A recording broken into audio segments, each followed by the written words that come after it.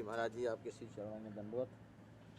आपसे प्रार्थना है कि अपना परिचय देते हुए और श्री स्वामी जी महाराज का परिचय देते हुए और श्री भैया जी का के संबंध में जो आपके दो शब्द हमको आशीर्वाद के रूप में मिलें।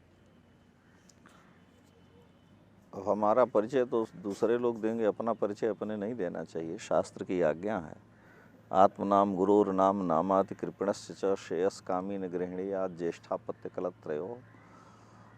परंतु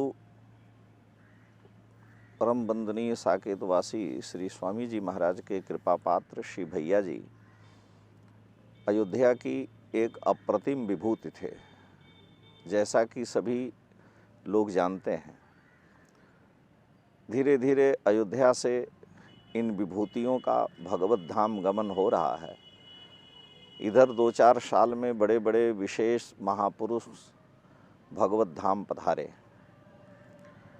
जैसा कि हम सभी जानते हैं, मानस केसरी के नाम से श्री भैया जी महाराज की प्रसिद्धि थी और वर्तमान में वो मानस के साथ साथ संस्कृत के ग्रंथों के भी विलक्षण विद्वान और प्रवक्ता थे।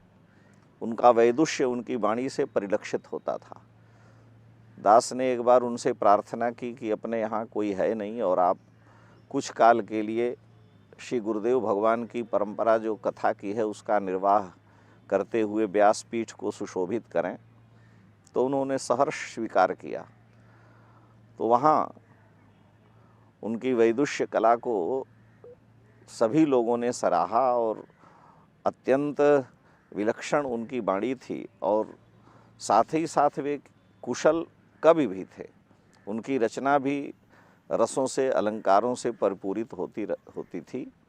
बहुत सी उनकी रचनाएं हैं और फुटकर मुक्तक छंद भी हैं जो श्री रामहर्षण परिवार में भी और अन्यत्र भी महापुरुष जो वर्तमान में प्रवक्ता हैं उनका आश्रय लेते हैं।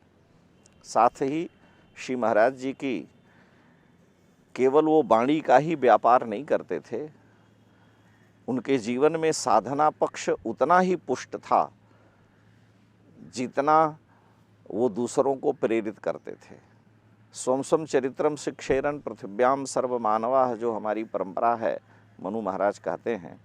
तो स्वयं महाराज जी नियम पूर्वक शास्त्रीय परंपरा का पालन करते हुए मंत्र नाम का जप, तीर्थवास, और वो उनके व्यवहार में जो दिखता था वही उनकी वाणी से दूसरे को उपदिष्ट भी होता था।